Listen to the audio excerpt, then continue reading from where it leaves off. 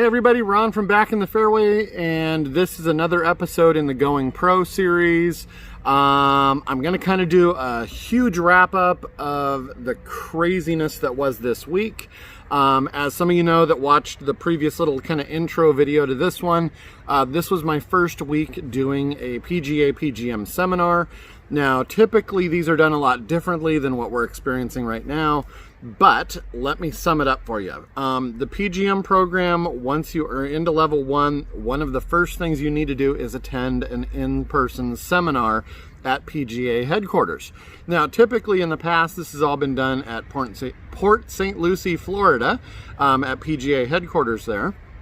They are actually in the midst of transitioning to, I believe, Frisco, Texas is where the new learning facility will be. Super excited to go back there for level 2. Hopefully COVID and everything like that is done by then, because right now what we ended up doing was walking into an online seminar instead of an in-person seminar. The information presented was exactly the same. We had 40 plus people in our group as far as, you know, the total number of students. But to put it really bluntly, it was a 5-day crash course in all things professional golf. Starting out the week, it was business practices. It was how to set up your cart fleet, managing money, deciding what role you're going to play in the organization going forward. Just about everything you could possibly think of having to do with a golf course, crossing over into, how does your food and beverage income affected by, let me rewind that. How is your food and beverage income affected by new players, old players? How is your cart income influenced by new players? What would you do to bring new players into the course? What practice facilities do you need to grow the game? It was just an amazing amount of information, and I couldn't believe it. And I will apologize if you guys can hear the stuff in the background here. I've got birds and cars and all sorts of craziness happening. But anyway, I don't want to get too wrapped up in just the generals here, but I also don't want to give you too much info because I know that things are fluid, things change, and I don't know how much of this is under lock and key and how much isn't. And I kind of alluded to that in the first one. But anyway, the PGA PGM program, first day, again, course operations, facility management. Day 2, more of the same. Day 3 was kind of more about the teaching and merchandising aspect if I'm not running my days together. Like I said, it was a ton of info crammed into a very short period of time. People think 40 hours of class is plenty of time to cover, most things.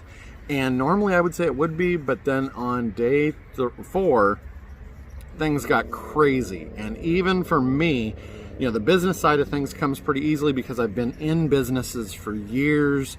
I know about profit and loss statements. I know about forecasting. I know all these basics that they teach in level 1.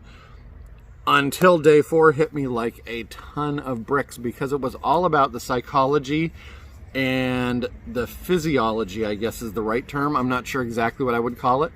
But physical limitations, how to teach certain people certain things, how to get more out of your students by coercing them, maybe, I guess is the right word, or bringing them along the journey so they can see progress along the way. Helping them understand that it's not always going to get better right off the bat. Sometimes they'll see, I need to gain distance off the tee, and you want them to work on contact first. So once they get the contact down, they maybe spring the ball all over the place, and that's okay. You have to convince them or teach them that it's just part of the process. So ball flight principles seem so simple when you're just talking about them on paper. As soon as you start applying that in physics and understanding point A, point B, completely changes everything in the swing. That's where this stuff just goes into overload mode. And Yes, my brain is fried, but in a good way. I mean, it was just a lot of information to take in, a lot of stuff to go through. From here, now that the seminars are done, we go straight into portfolio mode.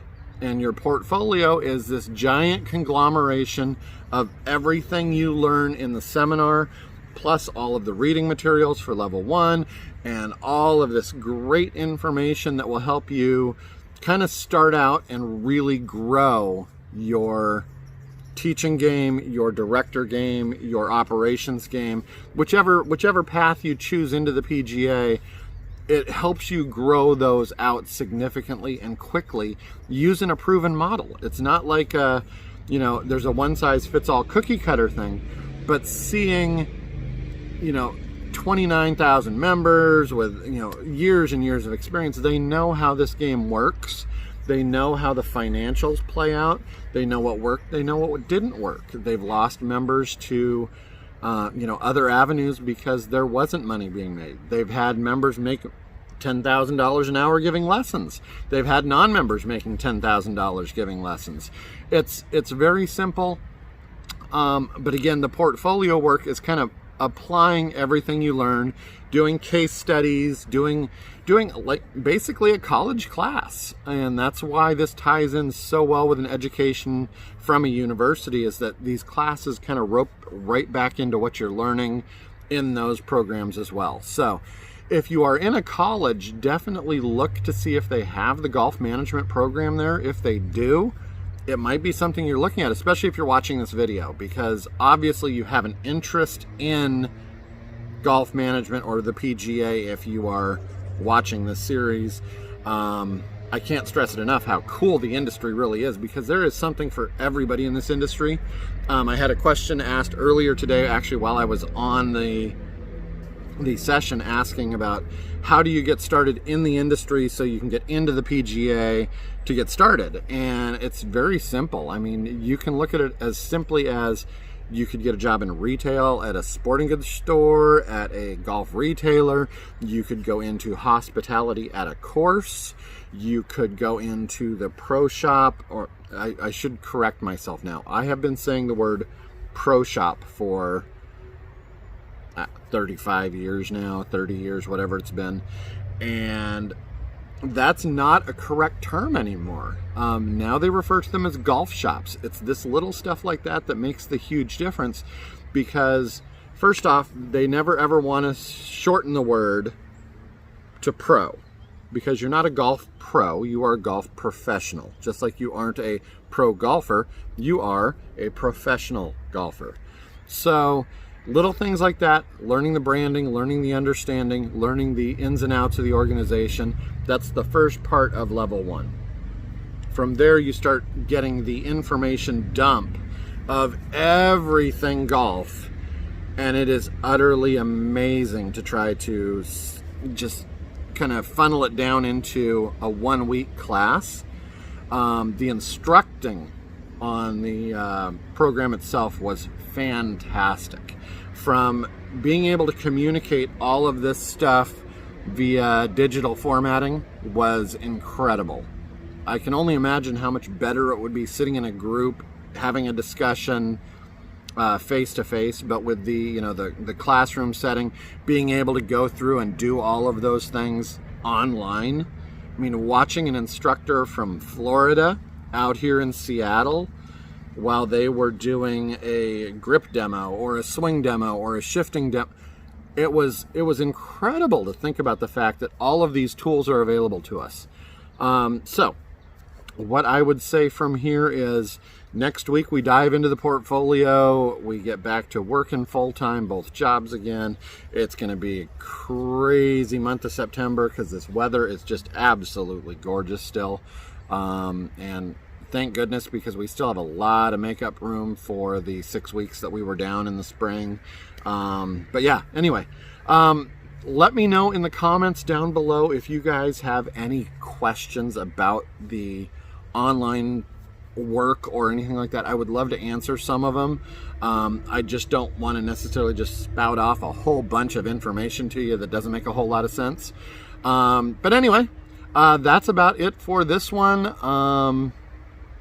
Like I said, let me know in the comments down below, or if you want, email backinthefairway@gmail.com, and I will definitely get back to you as quickly as possible.